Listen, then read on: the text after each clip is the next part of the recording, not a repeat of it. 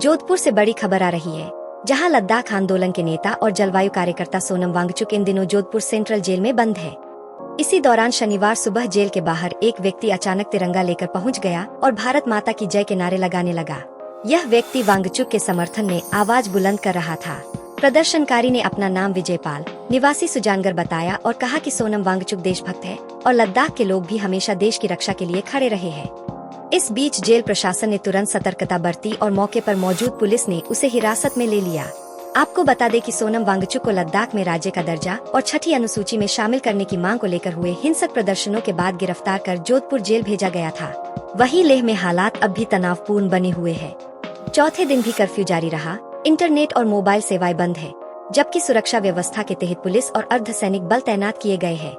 फिलहाल जोधपुर जेल परिसर में सुरक्षा और बढ़ा दी गई है और प्रशासन का कहना है कि स्थिति नियंत्रण में है। नेपाल है, दुकानदार आदमी हूँ और काफी समय पहले मैंने एक यूट्यूब पर सामने एक वीडियो आया तो मैंने देखा अभी ये आदमी जो सोनम वांगचुक है ये अपनी विभिन्न मांगों को लेकर के भूख हड़ताल कर रहे थे।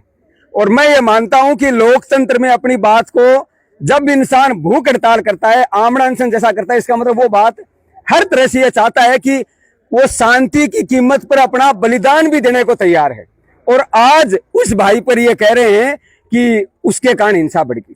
जो आदमी कई दिन भूखा इसलिए रहता है कि भाई मेरी बात सरकार सुने, क्या वो ये चाहेगा कि उसके कारण कोई बात भड़के? जो व्यक्ति गांधी के नक्शे कदम पर इस रूप में चलता है कि वर्तमान का इस रूप में भगत सिंह है कि वो लोगों के दिल में है। कितने लोग उसका नाम नहीं जानते, पर जैसे जैसे जानेंगे इस जोधपुर की धरती से वैसे वैसे वो उनके बारे में मालूम करेंगे कि आखिर ये सोनम वांगचुक है कौन। कोई उनको 3 इडियट से पहचानेगा, कोई उनको इससे पहचानेगा कि ये वो आदमी है जिसने देश की सेना के लिए सौर ऊर्जा से संचालित होने वाला टेंट बनाया। कोई इस बात से पहचानेगा कि ये आदमी वो आदमी है जो यदि चाहता तो उग्र आंदोलन के रूप में लेह और लद्दाख की जनता का नेतृत्व कर सकता था। लेकिन अभी मैं रास्ते में आया ट्रेन से तो एक बात पास में एक फौजी भाई बैठे तो उन्होंने बताया कि मेरे लेह में पोस्टिंग रही है।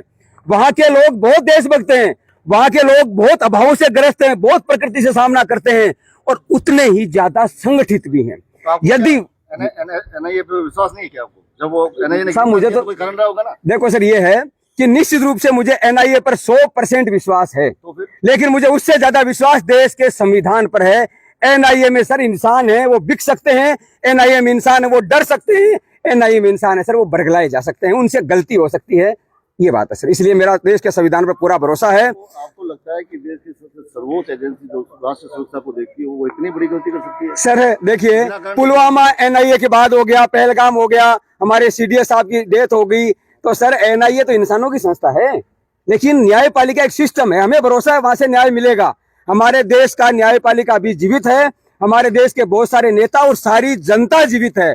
हमें भरोसा है निश्चित रूप से न्याय मिलेगा। लेकिन सर अपमान करने की कोशिश कर रहे हैं, क्यों? क्या जरूरत है सर? आपको भी गिरफ्तार कर सकते हैं जिस तरह से आपने कदम बढ़ाया या आंदोलन करने की आप चेतावनी दे रहे हैं। देखिए सर, गिरफ्तारी की जहां तक बात है न, तो सर देखो फांसी चढ़ाना अंतिम बात होती है। और मेरे पिताजी ने मुझे बहुत साल पहले कहा था, जब मैं आरएसएस में प्रचारक था और अखिल भारतीय विद्यार्थी परिषद का राजस्थान प्रदेश सह मंत्री था, तब कहा था कि यदि बेटा भगत सिंह बने तो क्या चाहिए। तो सर निश्चित रूप से मुझे गर्व होगा कि अगर मुझे भी किसी देशभक्त का साथ देते हुए जेल का मौका मिला तो उन भाई के साथ मैं भी कुछ दिन बिता लूंगा।